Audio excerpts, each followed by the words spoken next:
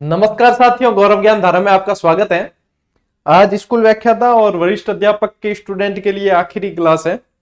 अच्छा, आखिरी का मतलब यह है कि त्योहारों से संबंधित आखिरी क्लास है, ठीक है। और इस सप्ताह की भी आखिरी क्लास है, क्योंकि देखो सोमवार से गुरुवार आप लोगों को वादा किया है, तो मेरी क्लासें तो ब्रेक होगी नहीं। आप लोग बीच बीच में मौज मार लेते हो, वो बात अलग है। तो ये आप लोगों के, कहाँ गए शक्तिमान जी, इधर आओ। हाँ, ये आप लोगों की इस सप्ताह की अंतिम क्लास है। सोमवार को मिलेगी अगली क्लास, ठीक है ना। तब तक इनका रिवीजन करना और आपका सब्जेक्ट साथ साथ में पढ़ते रहना। आज इसके अंदर बचे हुए सारे त्योहार अपन पढ़ने वाले हैं। जो विद्यार्थी मतलब आर्थिक रूप से बहुत कमजोर है और उनके पास में ये कहें कि स्टडी मटेरियल खरीदने के भी पैसे नहीं रहते, किताबें विताबें भी, तो भी क्लासें नियमित लगाएंगे ना, तो नोट्स मेकिंग पैटर्न पे है। आपने अभी तक की क्लासें देखी है तो चिंता करने की बात नहीं है, ठीक है। बढ़िया तरीके से पढ़ लोगे ना, याद रख लोगे ना, टू द पॉइंट है नोट्स मेकिंग। वो भी नोट्स में बना रहा हूं आप लोगों के लिए, ये समझ लो, ठीक है। और तो क्या करेंगे, और सिलेक्शन आप लोगों को लेना है, याद आप लोगों को करना है। आज मुस्लिम और ईसाई संबंधित अपन व्यवस्थित त्योहार पढ़ने वाले हैं, साथ ही साथ अपन इनके अलावा क्या पढ़ने वाले हैं और बताऊं आप लोगों को, ठीक है। इसके अलावा सिखों से संबंधित त्योहार भी पढ़ेंगे, जैनों से संबंधित त्योहार भी पढ़ेंगे, ठीक है, इसी क्लास में आज। और अपन हिंदियों से संबंधित त्योहार भी पढ़ने वाले हैं, यानी कि बचे हुए जितने भी त्योहार हैं वो आज की क्लास में आप लोगों के पास में आ जाएंगे, ठीक है। करें शुरू।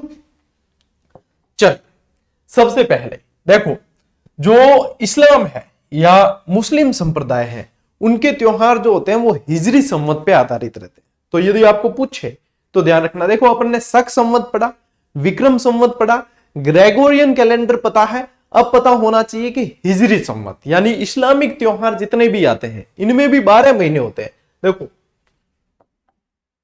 पढ़ते समय है ना, सीरियस रहा करो, मजाक फजाके बातें बातें कुछ नहीं करनी। पढ़ते समय ध्यान दो, क्या पता कहां से प्रश्न बन जाए, क्या पता आपका ध्यान मीना के मैसेज में अटक जाए और यहां पे इंपॉर्टेंट फैक्ट निकल जाए, क्या पता रमेश के मैसेज में मीना का ध्यान अटक जाए और यहां पे इंपॉर्टेंट निकल जाए। तो ध्यान आपका सिर्फ यहीं पे रहना चाहिए, ठीक है, बाकी कहीं डाइवर्ट नहीं होना है, ठीक है।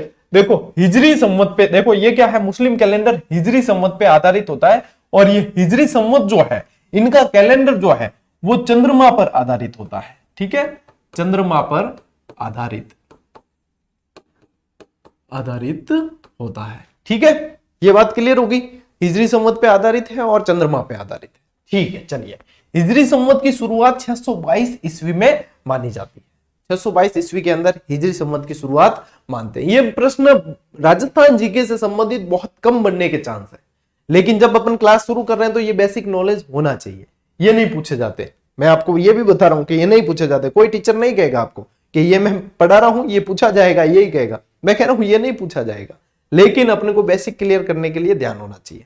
अब इनका जो इस्लामिक कैलेंडर होता है उसका पहला महीना ही मुहर्रम है। जितने भी मेरे मुस्लिम भाई बहन देख रहे हैं वो बताएंगे कमेंट करके कि हाँ मैं सही पढ़ा रहा हूं या नहीं, क्योंकि देखो मैंने तो आखिर में कहीं ना कहीं किताबों में पढ़ा है, उसके आधार पर पढ़ा रहा हूं। बाकी आप लोगों का तो कल्चर है, संस्कृति है, तो आप लोग निश्चित रूप से इस मामले में मुझसे बहुत ज्यादा जानते हैं। मैं तो क्षण भर, मतलब आप यूं समझो क्षण भर तो नहीं, मतलब क्षणिक ही जानता हूं मैं तो, लेकिन आप लोग तो मुझसे इस मामले में तो बहुत ज्यादा जानते हो। तो कहीं कोई गलती हो जाए तो बता देना, ठीक है, कि हाँ सर यहाँ पे ये गलत है। हो भी सकती है गलती, कह नहीं सकते, लेकिन जहां तक कोशिश है वो यही है कि गलती नहीं हो, ठीक है। तो यहाँ पे मुहर्रम इनका पहला महीना होता है और मुहर्रम के अंदर एक सबसे बड़ा त्योहार मनाया जाता है, वो आप लोगों को पता है, मुहर्रम के नाम से ही जानते हैं। और इस समय ताजिए निकाले जाते हैं। क्या निकाले जाते हैं? ताजिए, ठीक है। देखो, मुहर्रम पहला ही त्योहार, ये वैसे कैसा त्योहार है जो शोक के रूप में मनाया जाता है। कैसे मनाया जाता है? शोक के रूप में, मातम के रूप में ये मनाया जाता है, ठीक है। अब देखो, मुहर्रम माह की पहला ही महीना होता है, मुहर्रम माह की 10 तारीख को यह त्योहार मनाया जाता है। ये ध्यान रखना, सारी जहां से जो प्रश्न बनते हैं वो मैं साथ में शामिल कर रहा हूं, लेकिन याद आप लोगों को करना पड़ेगा।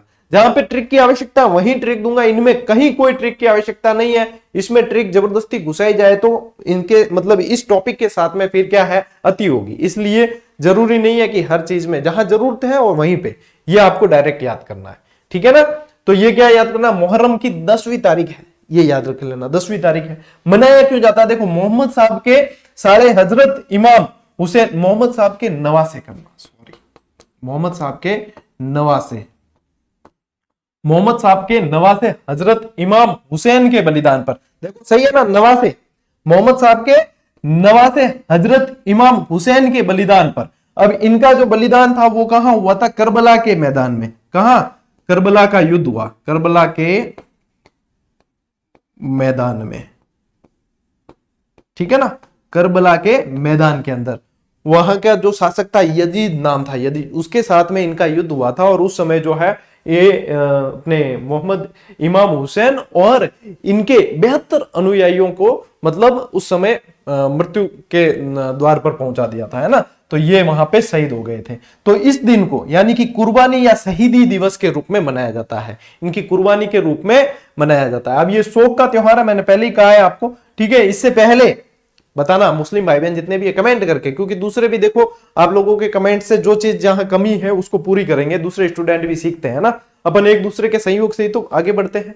तो इसमें जहां तक मैंने देखा है, मेरे भी काफी सारे दोस्त हैं, तो मैंने देखा है तो इससे पहले एक मेहंदी की रात भी होती है, एक कत्ल की रात भी होती है। सही बात है कि नहीं है ना। तो ये चीजें इसमें होती है और उसके बाद में जो है फिर ये 10वीं तारीख आती है और इस दिन निकाला जाता है ताजिया, ठीक है। तो ये कुर्बानी शहीदी के रूप में और ताजिए निकाले जाते हैं। अब देखो सांप्रदायिक सद्भाव की मैं बात बताऊं आप लोगों को, इसको कहते हैं सांप्रदायिक सद्भाव। देखो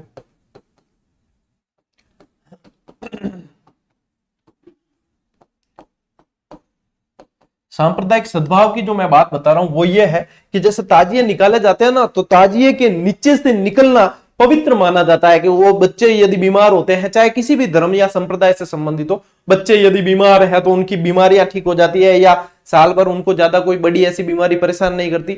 मैं खुद इस चीज का गवाह हूं और मैं खुद कई बार ताजिए के नीचे से निकला हूं।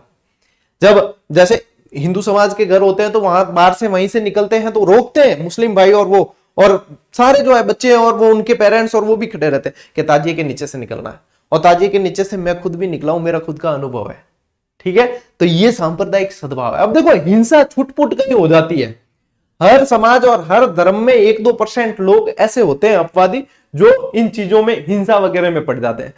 कुछ परसेंट हो जाती है, लेकिन इसका मतलब नहीं है कि सभी जगह होती है। सभी जगह तो आपको सद्भाव देखने को मिलता है और ये सद्भाव कायम रहना चाहिए, ठीक बात है कि नहीं। तो ये देखो ताजिए इस तरीके से होते हैं और इनके नीचे जो जगह होती है ना, इसके नीचे से फिर निकलते हैं। ये मतलब मैं अनुभव बता रहा हूं, ये आपको कहीं किताबों में लिखा हुआ नहीं मिलेगा। ये तो जिसने अनुभव देखा है वही चीज बताएंगे, ठीक है। चलो लो स्क्रीनशॉट बढ़ते हैं आगे। मैं हर धर्म का सम्मान करता हूं और क्योंकि एक शिक्षक का कर्म भी यही है कि वो सभी के प्रति समानता का नजरिया रखे। मुझे कई बार मेरे स्टूडेंट भी पूछते हैं, कई सारे शिक्षक पूछते हैं, कई जने पूछते हैं, सर आपकी जाति क्या है, कई बार पूछते हैं। और मैं उन्हें सिर्फ एक कहता हूं, मेरी जाति शिक्षक है, मेरी जाति शिक्षक है। मैं अपने नाम के पीछे भी अपने गांव का नाम लगाता हूं, जाति का नहीं लगाता, क्योंकि मेरी जाति एक शिक्षक है। आप मुझे एक शिक्षक के नजरिए से देखिए, ठीक है ना। यही मेरी सबसे बड़ी जाति है बस। और ये यदि शिक्षक भी बन जाऊं ना ढंग से तो भी मेरा जीवन सफल हो जाएगा। चलिए इसके अलावा देखो अगला त्योहार जो पूछते हैं आपको प्रश्न, चेहल्लम। एक त्योहार आता है जिसका नाम है चेहल्लम। ये सफर माह, सफर इनके महीने का नाम है। मैं बाद में आगे की क्लास में इनका पूरा कैलेंडर भी बताऊंगा कि ये कैलेंडर के अंदर कौन कौन से महीने आते हैं। सफर माह की 20वीं तारीख को, मुहर्रम थी 10 तारीख को, मुहर्रम के अंदर ये सफर माह की 20वीं तारीख को आता है। हजरत इमाम हुसैन की मृत्यु के 40 दिन बाद में ये मनाया जाता है। 40 दिन बाद के उपलक्ष्य में ये मनाया जाता है, ठीक है ना। यानी कि मुहर्रम के 40 दिन बाद आ जाएगा। फिर देखो आती है ईद उल मिलादुन्नबी, ठीक है। ईद उल मिलादुन्नबी को ही 12 वफात के नाम से जाना जाता है। चाहे 12 वफात टाइटल में दे दूं मैं या फिर यहां पे दे दूं, बात एक ही है। ईद उल मिलादुन्नबी को ही 12 वफात के रूप में जाना जाता है और ये आती है रबी उल अव्वल माह की 12 तारीख को। इसीलिए देखो 12 वफात फिर ईद उल मिलादुन्नबी, ये याद रखना। मोहम्मद साहब के जन्मदिन के उपलक्ष्य में मनाया जाता है, बहुत बड़ा त्योहार है। मोहम्मद साहब हजरत पैगंबर साहब के जन्म दिवस के उपलक्ष्य में यह त्योहार मनाया जाता है। ये चीजें पूछी जाती है एग्जाम के अंदर। 12 वफात, ठीक है, छुट्टी भी होती है 12 वफात की तो, ठीक है। शब बारात, अब देखो सब का मतलब क्या होता है वो बता दूं, सब का मतलब होता है रात। वैसे मुझे इतनी उर्दू आती नहीं है, लेकिन जितनी किताबें पढ़ी है उससे मैं थोड़ा बहुत बता सकता हूं। ठीक है, तो सब का मतलब होता है रात। सब ए बारात एक त्योहार है इनका, और वो आता है सावन या साबान महीना। अब साबान चाहे ऐसे भी लिख सकते हैं, ठीक है ना, क्योंकि ये उर्दू के शब्द है, तो उर्दू में ही सही तरीके से तो लिखे जाते हैं, ट्रांसलेट चाहे कितना ही कर लो। सावन या साबान माह की 14 तारीख को यह आता है, और हजरत साहब की अल्लाह से इस दिन मुलाकात हुई थी। हजरत मोहम्मद पैगंबर साहब की, खुदा से कह दो चाहे अल्लाह से कह दो, इस दिन मुलाकात हुई थी। इस उपलक्ष्य में यह मनाया जाता है। इस रात को मुस्लिम संप्रदाय के सभी जो लोग हैं वो अपनी भूलों की माफी मांगते हैं। किससे? अल्लाह से माफी मांगते हैं, खुदा से माफी मांगते हैं, भगवान से माफी मांगते हैं। ठीक है, तो ये यानी कि हमसे कोई जाने अनजाने में कोई पाप हुए हैं, हमसे कोई भूले हुई है, तो उसके लिए माफी मांगी जाती है इस दिन। ये शब बारात का त्योहार है। जिसके पास में नोट्स नहीं है, जिसके पास में पुस्तकें नहीं है, वो भी इन्हें नोट करके रखें। ये एग्जाम अप्रोच के अनुसार है। बाद में मत कहना कि सर हमारे पास तो पढ़ने के लिए साधन नहीं थे, संसाधन नहीं थे, वो नहीं था, फलाना नहीं था, क्योंकि ये फिर बहानेबाजी हो जाएगी। यहां पे कोई आपको पैसे नहीं देने हैं, डेटा तो वैसे भी आप खर्च करते हो मोबाइल का, ठीक है ना, उसका सही तरीके से इस्तेमाल करो। फिर बाद में फिर आप यदि फिर भी किसी को कहते हो ना, अपना दुखड़ा गाकर सुनाते हो कि हमारे पास तो पढ़ने के पैसे नहीं थे, मैं बहुत गरीब हूं। अब यहां से सारे प्रयास किए जा रहे हैं, फिर भी आप यदि ये बहाना करोगे तो फिर वो उचित नहीं है। ठीक है, सब एक कद्र, फिर वापस देखो, सब का मतलब रात ही है। रमजान माह की, माह कर देना इसे, रमजान माह, रमजान माह की 27 तारीख को मनाया जाता है। इस रात को कुरान को लिपिबद्ध किया गया था। जो महत्व हिंदुओं के अंदर गीता का है, वही मुस्लिम संप्रदाय के अंदर कुरान का है। इस समय कुरान को लिपिबद्ध करके धरती पर उतारा गया था। ठीक है, इसलिए यह त्योहार मनाया जाता है जिसका नाम है सबे कद्र। सबे कद्र कुरान को लिपिबद्ध किया था। सबे बारात में यहां पे क्या हुआ था? अल्लाह से मुलाकात हुई थी हजरत मोहम्मद पैगंबर साहब की। ठीक है, चलिए लीजिए स्क्रीनशॉट, बढ़े आगे। ये 4 बड़े त्योहार है इस स्लाइड पे जो आपको दिख रहे हैं, चहल्लम, ईद उल मिलादुन्नबी, शब बारात और शब कद्र। ठीक है, और बहुत अच्छी तरीके से आप लोगों को मैं करवा रहा हूं, याद कर लेना व्यवस्थित ढंग से। इनसे सवाल, यदि मुस्लिम संप्रदाय के त्योहार पूछे जाएंगे, इनसे सवाल आपके बाहर नहीं जाने। आप चाहे पुराने कितने ही प्रश्न उठा के देख लो, मिलाकर देख लो, बाहर नहीं जाएगा। फिर देखो ईद उल फितर, ये सव्वाल माह की पहली तारीख को आती है। ठीक है, 1 तारीख को। इसे मीठी ईद भी कहा जाता है, यानी कि इस दिन क्या बनेगी? सेवैयां बनेगी। सेवैयां कहा जाता है जिन्हें, इस दिन क्या बनेगी? सेवैयां बनाई जाती है। ठीक है ना, सेवैयों की खीर, सेवैयां बनाई जाती है यहाँ पे, तो इसे सेवैया ईद के नाम से भी जान लेते हैं, मीठी ईद के नाम से जाना जाता है। ये 30 दिन रोजे रखने के बाद, 30 दिन रोजे रखने के बाद इसे मनाया जाता है। रोजे रखे जाते हैं, पवित्र महीना होता है, 30 दिन जो है रोजे रखते हैं, रमजान का महीना होता है ना तब, तो रोजे रखने के बाद में फिर जो ये तारीख आती है, इस दिन मनाया जाता है ईद उल फितर। और ईद उल जुहा जो है उसे बकर ईद के नाम से भी जाना जाता है। ठीक है, बकर ईद के नाम से भी जाना जाता है। जिलहिज माह की 10 तारीख को यह मनाया जाता है और बकर ईद के नाम से जाना जाता है। इसे कुर्बानी का त्योहार के नाम से भी जानते हैं। तो देखो, मीठी ईद तो कहलाती है ये ईद उल फितर। ईद उल फितर है आपके मीठी ईद, और ईद उल जुहा है वो बकर ईद है। ठीक है, दोनों स्पेशली याद रखनी है। ठीक, आगे आओ, सब ए मेराज। सब ए मेराज के अंदर ध्यान रखना, ये रजब माह की 27 तारीख को आती है, और मोहम्मद साहब को खुदा से नमाज मिली थी भेंट के रूप में। ठीक है, मोहम्मद साहब को खुदा, पहले वाली में अपन ने पढ़ा उस दिन, उसमें क्या था? नमाज को मतलब नहीं, कुरान को लिपिबद्ध किया गया था, और यहां पे क्या मिली है? नमाज मिली है। नमाज, 5 वक्त की नमाज अदा की जाती है ना मुस्लिम भाइयों द्वारा, उनकी इबादत का एक मतलब एक साधन है, तो नमाज अदा की जाती है। तो इस समय जो है इनको नमाज मिली थी। ठीक है, ये जो फोटो आप देख पा रहे हो, ये है मक्का और मदीना के फोटो है, जो पवित्र स्थल है, और हज की यात्रा के समय ये मुस्लिम भाई जितने भी है वो हाजी बन के यहां पे जाते हैं। ठीक है, चलिए लीजिए स्क्रीनशॉट, अपन बढ़ते हैं आगे। ये मुस्लिम संप्रदाय के सारे त्योहार हो गए। ठीक है ना, अब आइए आगे। अब ये देखो, ये क्या है? ये इस्लामिक कैलेंडर। ठीक है, इस्लामिक मंथ का कैलेंडर है, जिसमें देखो ये मुहर्रम आ गया, फिर आया सफर, फिर रबीउल अव्वल आया है, फिर रबीउल सानी आया है, फिर जमात उल अव्वल आया है, फिर देखो जमैद उल सनी आया है। मुझे थोड़ा सा बोलने में ये, क्योंकि उर्दू के शब्द है तो कहीं उच्चारण में हो सकता है कि कहीं मेरे से गड़बड़ भी हो रही है। फिर रजब माह है, फिर शाबान है, फिर रमजान है, रमजान ऐसे ही लिखा जाता है, ठीक है। फिर शव्वाल है, फिर जिलकदा है और जुलहिजा है। और ये उर्दू में भी लिखे हुए हैं। मुझे उर्दू पढ़नी नहीं आती है, लेकिन जिन्हें उर्दू पढ़नी आती है वो इन्हें अच्छे से पढ़ सकते हैं कि हाँ ये उर्दू है, ठीक है। चलिए, आपको स्क्रीनशॉट लेना है तो ले लीजिए, वैसे पीडीएफ मिलेगी टेलीग्राम पे, तो उससे भी आप देख सकते हो, ठीक है। कि हाँ सर आपने ये महीने तो बताया इतने, तो जो जानना चाहता है महीने, वैसे महीनों से रिलेटेड आपको यही पूछा जाएगा कि कौन से त्योहार में मतलब कब आ गया है, बाकी ऐसे क्रम वगैरह एग्जाम में नहीं पूछे जाते, ठीक है। चलो, इसके अलावा अब आते हैं अपन ईसाई धर्म के त्योहार पे। अब देखो, हिंदुओं में अपन ने त्रिदेव जैसे कि ब्रह्मा विष्णु महेश का बार बार जिक्र होता है। इस्लाम के त्योहार पढ़े तो अपन ने मोहम्मद साहब का जिक्र हुआ है बार बार, अल्लाह का जिक्र हुआ है, खुदा का हुआ है। ईसाइयों के त्योहार पढ़ेंगे तो अपने यहां पे किसका जिक्र होगा? ईसा मसीह का जिक्र होगा। सिखों के पढ़ेंगे तो किसका होगा? गुरु नानक देव का होगा, फिर खालसा पंथ का होगा, है ना वहां पे। तो अपने तो मतलब शुरू से जब से मैंने मतलब हो संभाला, या मैं जब से समझ रखता आया हूं, तो मैंने तो यही पढ़ा है चारों जगह कि हिंदू मुस्लिम सिख ईसाई आपस में चारों भाई भाई, और हम शिक्षा भी यही देते हैं और एक शिक्षक का कर्तव्य भी यही है। तो आओ ईसाई धर्म के त्योहार पढ़ते हैं। देखो, क्रिसमस कब मनाते हैं? 25 दिसंबर। एक टास्क दूं क्या आप लोगों को? बताओ इस दिन भारत के किस प्रधानमंत्री का जन्मदिन था? ठीक है, बताओ।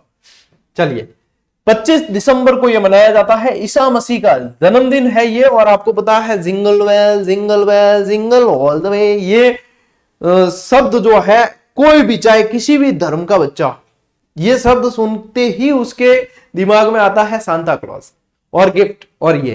तो देखो, सारे धर्म तो एक दूसरे का सम्मान करते हैं, ये बच्चों से सीखना चाहिए, है ना। तो यहां पे ये चीज ध्यान रखना। गुड फ्राइडे, गुड फ्राइडे को क्या हुआ? इस दिन ईसा मसीह को सूली पर लटका दिया गया था, ठीक है। और ईस्टर के रविवार के पहले वाला शुक्रवार है, यानी इसके बाद में आएगा ईस्टर। ईसा मसीह को सूली पर लटकाया, फिर देखो ईस्टर यानी ईसा मसीह का पुनर्जन्म। सूली पर लटकाया तो इनकी हो गई मृत्यु, फिर 2 दिन बाद यानी कि रविवार जो आता है इसके बाद वाला, ईसा मसीह का पुनर्जन्म हुआ, और सूली पर लटकाने के 2 दिन बाद में ही आता है। इसके बाद में 40 दिन बाद पुनर्जन्म हो गया, फिर 40 दिन बाद में आता है अनसेंशन डे। ईस्टर के 40 दिन बाद ईसा मसीह की स्वर्ग वापसी, फिर से स्वर्ग वापसी हो जाती है, ठीक है। अत्याचारों से मुक्त कराने के लिए आए थे, फिर से स्वर्ग वापसी हो जाती है, इसे बोला जाता है अनसेंशन डे। तो ईसाइयों से संबंधित त्योहार में यदि कोई पूछेंगे आप लोगों को, तो यही पूछा जाता है। ज्यादा सबसे बड़ा त्योहार माना जाता है गुड फ्राइडे को मानते हैं, ठीक है। बाकी क्रिसमस तो आपको पता ही है, सेलिब्रेट करते हैं। गुड फ्राइडे को बड़ा माना जाता है, और फिर ईस्टर ध्यान रखना है, क्रम से ध्यान रखो, ठीक है। क्रिसमस, गुड फ्राइडे, ईस्टर और अनसेंशन डे, ठीक है ना। तो आपको ये पूरा ही याद व्यवस्थित रह जाएगा।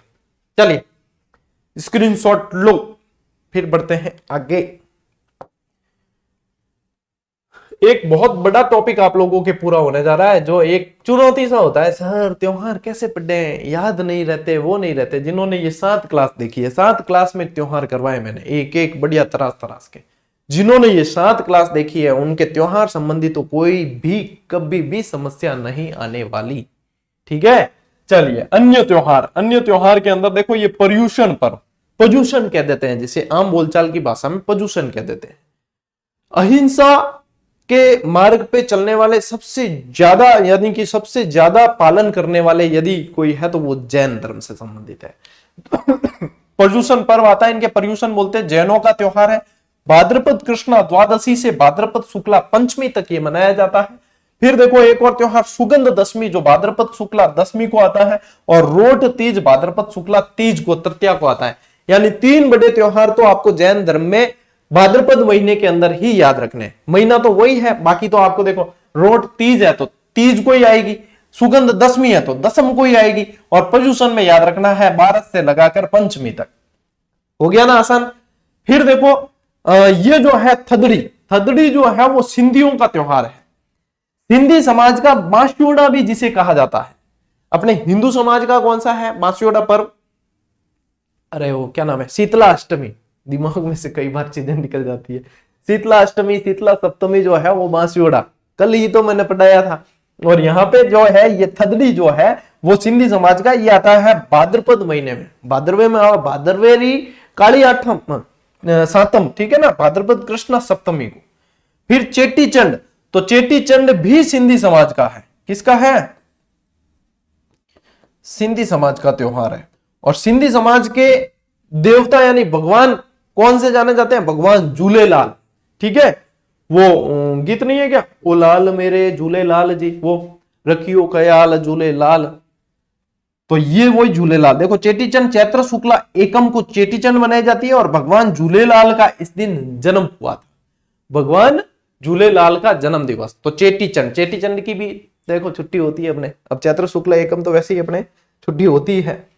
असुचंड, असुचंड जो है वो भी सिंधी समाज का है, भगवान झूलेलाल के अंतर ध्यान होने के उपलक्ष्य में मनाया जाता है, ठीक है। अब सिंधी समाज के त्योहार हुए। अब ये थोड़ा सा फास्ट है, आप लोगों को इसमें ज्यादा समझने वाली बात नहीं है, इसमें सीधे सीधे ही याद करना है, इसलिए अपन यहाँ पे ज्यादा समय लेंगे भी नहीं। ऐसे जो टॉपिक होंगे जहां पे ज्यादा समय चाहिए वहां पे ज्यादा समय लेंगे, यहाँ पे तो ये सीधा ही है। अब इस त्योहार वाली क्लास का तो समापन हो रहा है इस टॉपिक का, तो बस ये तो समापन की ओर है। फिर सोमवार को आपको मेले की क्लास देनी है, मुझे ध्यान है, मेले के बाद में फिर अगला टॉपिक लेंगे, ठीक है। लोहड़ी, अब ये सिख समाज का त्योहार है। ये भी देखो, अब जैसे मकर संक्रांति आती है, मकर संक्रांति यानी कि मकर संक्रांति वाला भी दिन आ गया, और मकर संक्रांति में अपन सूरज की पूजा करते हैं, पूजन वगैरह, ये नहीं ऋतु परिवर्तन सा होता है थोड़ा सा। यहाँ पे भी लोहड़ी भी क्या है, 13 जनवरी को मनाई जाती है सिखों का। अच्छा सिखों ऐसे लिख देना, ये टाइपिंग में ऐसे आ गया, सिखों द्वारा मनाया जाने वाला त्योहार है। यानी कि एक तरीके से यूं समझो कि फसल पकने की अवस्था होती है, तब ये जो है अग्नि को फसल जो है समर्पित की जाती है, उसके उपलक्ष्य में मनाया जाता है। फिर देखो गुरु नानक जयंती, ये कार्तिक पूर्णिमा को आती है, अपने कार्तिक माह में पढ़ा भी था। पहले गुरु थे ये, सिखों के पहले गुरु, पहले गुरु। इन्होंने उदासी यात्राएं की थी, पूरे भारत के अंदर यात्राएं की थी, उदासी यात्राएं कहलाई। जो बैसाखी का त्योहार आता है, ये भी 13 तारीख, देखो ये भी 13 तारीख और ये भी 13 तारीख, ये 13 अप्रैल को गुरु गोविंद सिंह द्वारा। और गुरु गोविंद सिंह कौन से गुरु थे? 10वें गुरु थे, ये 10वें गुरु थे। गुरु गोविंद सिंह द्वारा खालसा पंथ की स्थापना की गई और इस उपलक्ष्य में मनाया जाता है वैसाखी, ठीक है ना।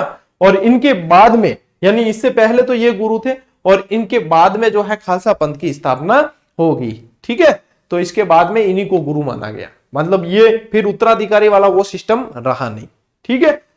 कभी सिख समाज के 10 गुरु बताऊंगा, तब मैं आपको इनकी ट्रिक भी याद करवा दूंगा, ठीक है। नांग अमरुआ राम अर्जुन हर हर हरि ते गोविंद, ऐसे ट्रिक है इसकी, और वो पूरी एक बार में मतलब 10 गुरु सारे के सारे याद। ये भारतीय इतिहास में पढ़ेंगे, रीट वालों के आएंगे उसमें, ठीक है। बाकी आपके ये टॉपिक नहीं है, फर्स्ट ग्रेड वालों के भी नहीं है और सेकंड ग्रेड वालों के भी नहीं है, रीट वालों के हैं उनके, तो उस समय में ये करवाऊंगा, तो आपको जरूरत हो तो आप भी देख लेना, ठीक है। लो स्क्रीनशॉट ले लो, ऐसे पीडीएफ तो दी जा रही है फिर भी। तो देखो इसी के साथ में साथियों आज त्योहार वाली क्लास अपने पूरी होगी। ये टू द पॉइंट थी क्लास, इसमें कोई ज्यादा समझने वाली चीज थी नहीं, तो इसी के साथ अपने त्योहार आज हो गए हैं पूरे, ठीक है। अब शुक्र शनि रवि रेस्ट करो, रेस्ट नहीं करना है, मतलब रिवीजन करो और आपका सब्जेक्ट तैयार करो। बाकी सोमवार को आपको मिलेगी मेलों से संबंधित क्लास मिलेगी, ठीक है। बाकी कितनी हो गई अपनी 76 77 वही 78वीं क्लास है, 78 78 क्लासें हो गई। 78 क्लासें जिसने ढंग से पढ़ी है ना, उसका जीके बहुत अच्छी तरीके से तैयार हो गया है, क्योंकि भारतीय इतिहास से अपन ने शुरू किया था। भारतीय इतिहास से शुरू करते करते करते फिर राजस्थान का इतिहास, और राजस्थान के इतिहास से कल्चर वाला चल रहा है, और कल्चर अब कुछ ही मतलब 1-1.5 महीने में पूरा हो जाएगा। और कल्चर के बाद में फिर देखेंगे कि और क्या बचा है, वो लेने की कोशिश करेंगे, ठीक है। तो ये फर्क पड़ता है कंटिन्यूटी का, जो कंटिन्यू रहता है उसे ही पता है इसकी अहमियत क्या है, ठीक है। चलिए मिलते हैं साथियों अगली क्लास में, अगले वीडियो में, तब तक के लिए राम राम, जय हिंद।